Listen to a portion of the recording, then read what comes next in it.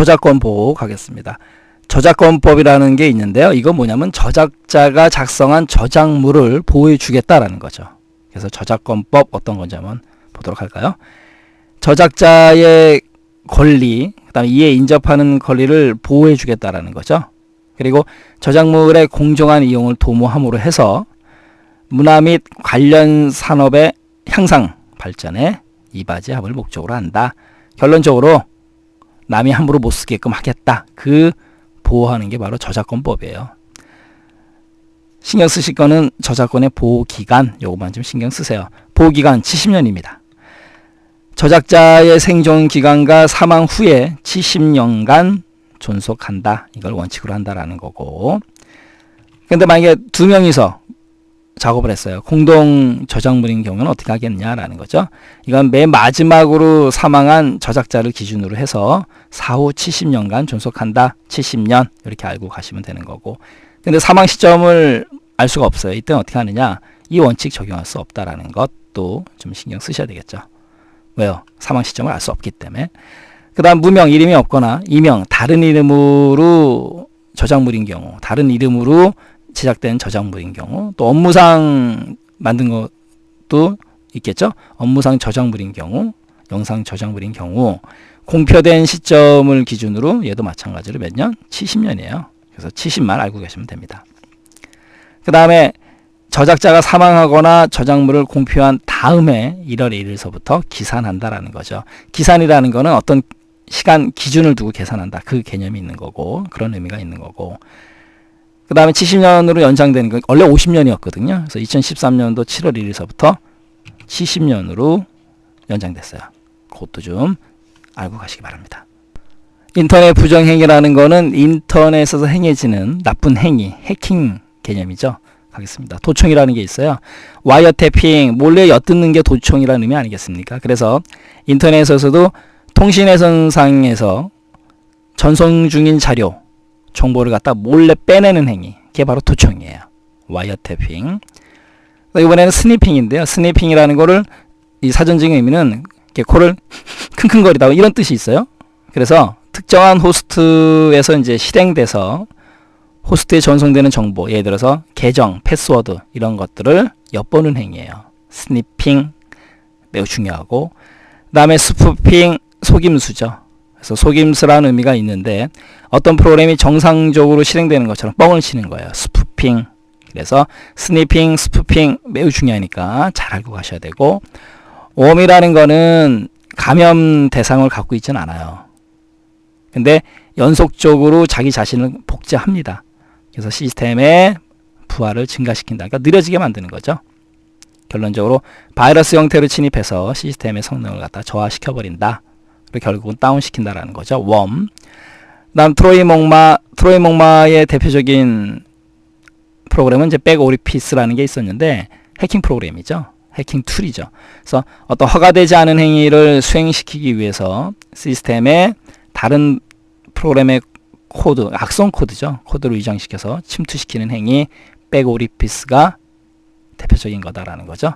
그다음 백도어, 뒷문 이런 개념인데 얘는 뭐냐면 일부러 만들 수도 있는 거고 실수로 만들 수도 있는 거고, 그래서 시스템 관리자가 편의를 위해서 만든 경우, 그 다음에 설계상 버그, 버그라는 건 벌레라는 뜻인데 프로그램상에 보이지 않는 오류가 버그예요. 그걸 없애는 거는요, 디버깅 아시죠? 기억나시죠? 설계상 버그로 인해서 시스템 보안이 제거된 통로, 그걸 갖다가 백도어라 그래요. 다른 말로 트랩도어 이렇게도 부릅니다. 조심하시고요. 이번에는 DOS인데요. DOS라는 거는 뭐의 약자냐면 denial 그러면 거부한다라는 뜻이 있고요. of service 그러면 서비스의 거부예요. 얘는 뭐냐면 일시에 대량의 데이터를 갖다가 한 서버에 집중적으로 전송시켜 버려요. 그럼 마비가 됩니다. 결론적으로. 그게 바로 DOS예요. 도스. 그 다음에 DDoS 앞에 있는 D가 distributed 그럼 무슨 뜻이에요? 분산된. 아까 그 도스 공격을 분산해가지고 여러 군데서 더 집중적으로 포화시키는 거죠. 그래서 분산 서비스 거부 공격. 그래서 DOS 공격을 분산된 형태로 하는 거다라는 거죠. 근데 얘는 공격의 출발점, 근원지를 색출하기가 어렵다라는 거. 디도스 매우 중요한 개념이니까 잘 알고 가시고요. 워드라이빙은 이제 무선 개념에서의 해킹이에요. 차량으로 이동하면서 이제 노트북을 이용하겠죠. 차 안에다가 데스크탑을 실을 수는 없으니까 노트북을 이용해서 타인의 취약한 무선 군의 정보 통신망을 찾아요. 보안이 약하거나 그걸 불법으로 접속하는 행위. 그게 바로 워드라이빙. 그래서 요즘 무선 개념, 무선 보안에서 중요한 침해 형태예요. 워드라이빙도 잘 알고 가시고 시험 문제 나온 적 있으니까. LOG 로그라는 건 기록하다라는 뜻이 있는 거고, 키로그라는 건 뭐예요? 키보드에서 입력한 정보를 빼내는 거예요. 방법은요, 악성 코드죠. 악성 코드에 감염된 시스템의 키보드의 입력을 빼내는 거죠. 저장 및 전송에서 개인정보를 빼내는 크래킹 행위죠. 키보드에서 아이디, 패스워드를 입력했다. 그러니까 그걸 빼내는 거죠. 키로거, 이것도 조심하시고. 데이터 보안 침해 형태라는 건 뭐냐면 데이터라든가 정보라든가 그런 것들을 이렇게 망가뜨린다라는 거예요. 첫 번째는 인터럽션, 가로막기. 그냥 막아버리는 거예요. 전달을 가로막아 버린다라는 거죠. 그래서 수신자 측, 받는 사람이 정보를 못 받아요. 전달되는 걸 방해하는 거다. 이거는 정보의 가용성, 사용을 해야 되는데 사용하지 못하게 되는 거죠. 가로막았기 때문에 조심하셔야 돼요. 가로막기는 가용성 조심하셔야 되고, 그 다음에 인터셉션, 가로채기. 우리 농구에서 패스하는 공 중간에서 빼내는 거, 인터셉트, 그죠? 얘는 전송되는 데이터를 가는 도중에 도청, 와이어태핑 또는 몰래 보는 행위입니다. 그러니까 뭐가 깨지는 거예요? 시큐러리, 그죠? 컨피던셜, 기밀성이 깨지는 거예요.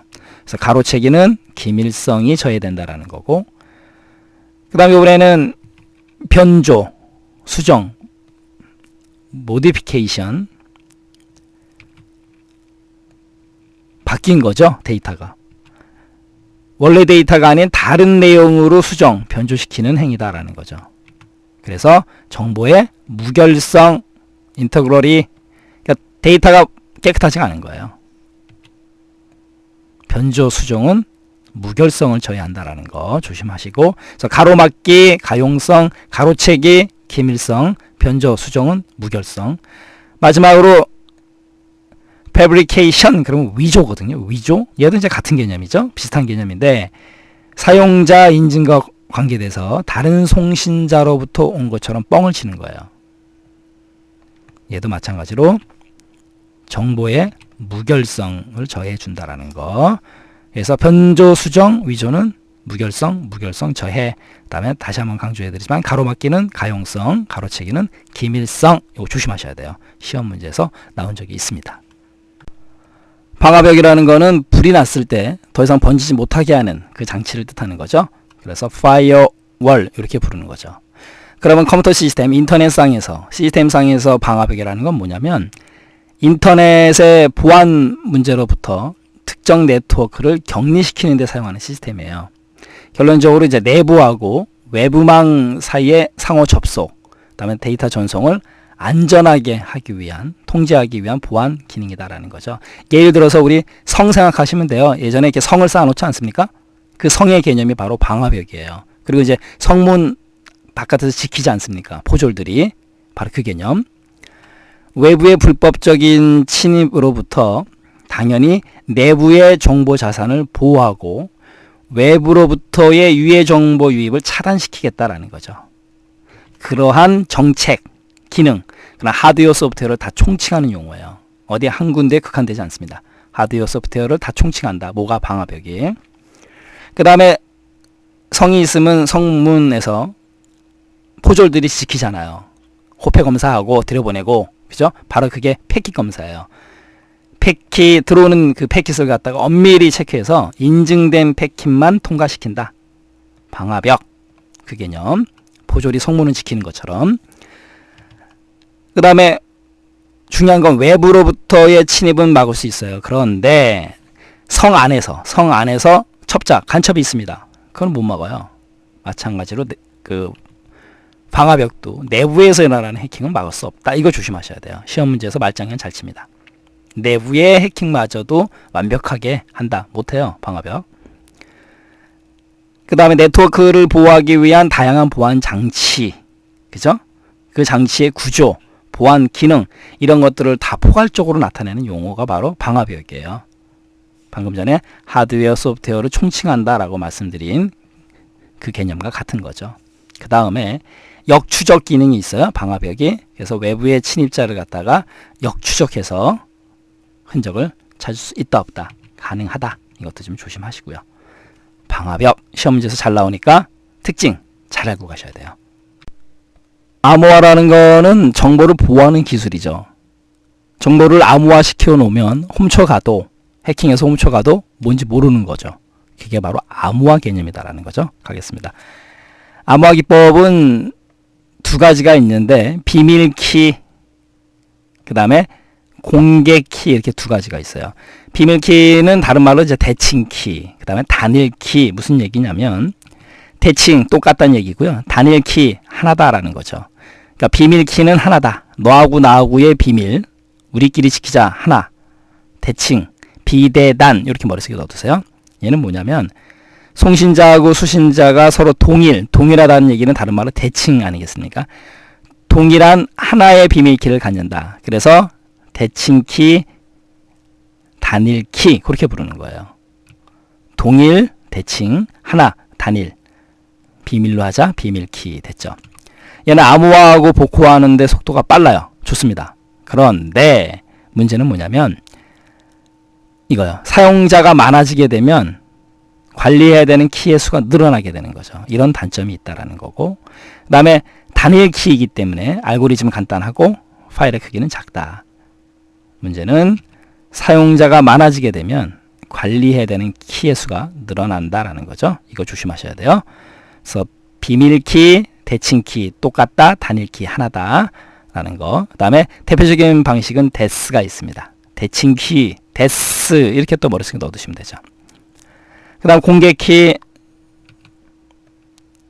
매우 중요한 부분. 공개키는 공개를 해요. 근데 공개를 했는데 어떻게 비밀이 보장되느냐? 얘는 비대칭입니다. 달라요. 공개를 했지만 달라요. 그 다음에 이중키, 키가 두 개예요. 그렇기 때문에 공개를 해도 된다라는 거죠. 그러면 키 중에 둘 중에 하나는 비밀이다라는 거죠. 예를 들어서 우리 아파트에 보면 우편함 있지 않습니까? 이렇게 생겼다고 가정하고요. 자, 위에는 우편물을 집어넣을 수 있는 거예요. 누구든지 집어넣을 수 있습니다. 공개되어 있어요. 그런데 주인은 여기 열쇠 구멍이 있어요. 열쇠가 있어야지만 열 수 있다라는 거죠. 그러니까 잠겨 있다고 가정하고요. 그래서 공개된 이 구멍으로 우편물을 누구든지 넣어라. 공개. 그 대신 주인만 열쇠를 가지고 열어라. 이게 바로 공개키 개념이에요. 그러면 이해하기가 쉬우실 거예요. 가겠습니다. 암호화하고 복호화하는 키가 서로 달라요. 서로 다르니까 비대칭. 그리고 두 개가 있습니다. 서로 다르니까 이중키. 그래서 공비이 이렇게 머릿속에 넣으세요. 자, 공개했어요? 비밀 안 되잖아요. 대칭이에요. 두 개입니다. 근데 얘는 이제 속도가 느려요.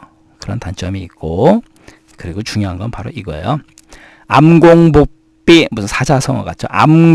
암호화할 때는 공개키로 하고 복호화할 때는 비밀키로 하겠다. 암공복비, 이거 달달달 외워두셔야 돼요. 암호화할 때는 공개키, 복호화할 때는 비밀키로 하겠다. 그러니까 우편물에 아무나 넣어라.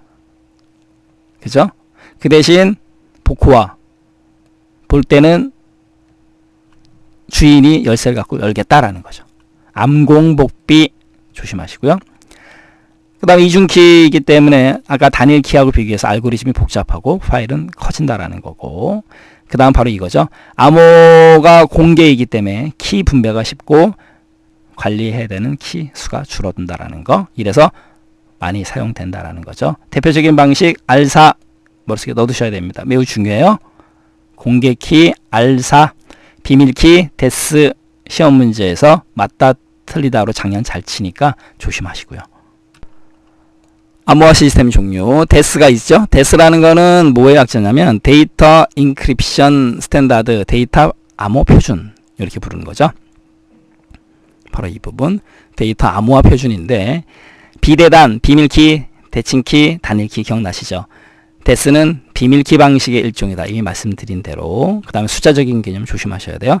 56비트의 키를 사용한다라는 거 하고 또 64비트의 평문 블록을 암호화한다. 그래서 56비트의 키, 64비트의 평문 블록을 암호화하는 거 데스.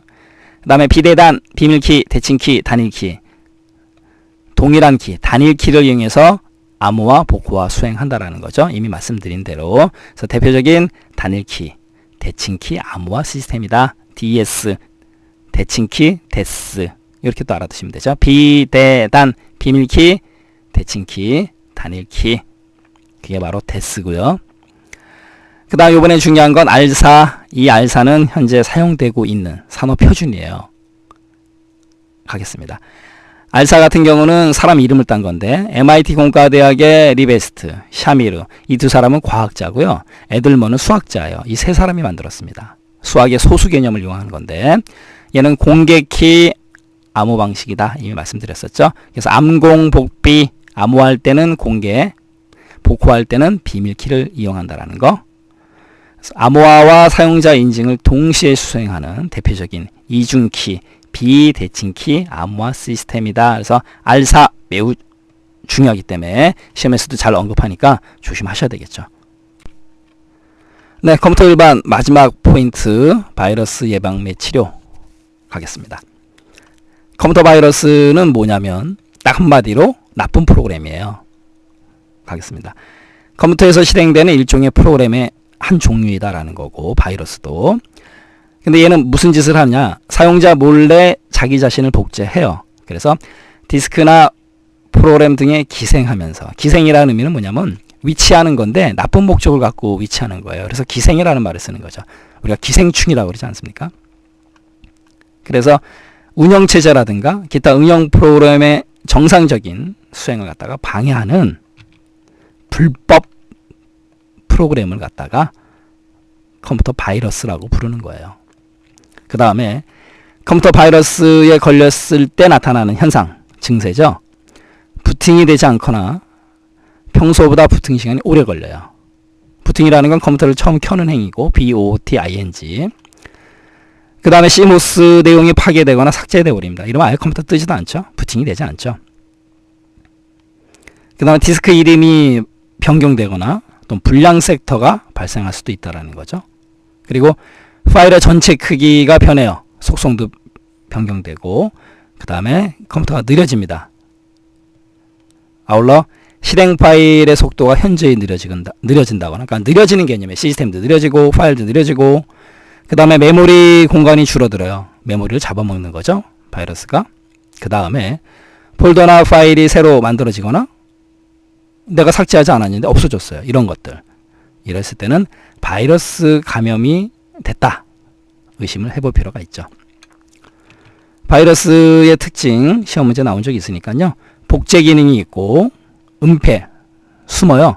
그 다음에 파괴하는 기능이 있다. 단 치료 기능은 없다. 이건 뭐 당연한 얘기 아니겠습니까? 그러니까 맞으라고 주는 문제예요. 바이러스 특징이 아닌 것은 치료 기능은 없다라는 거 신경 쓰시고요.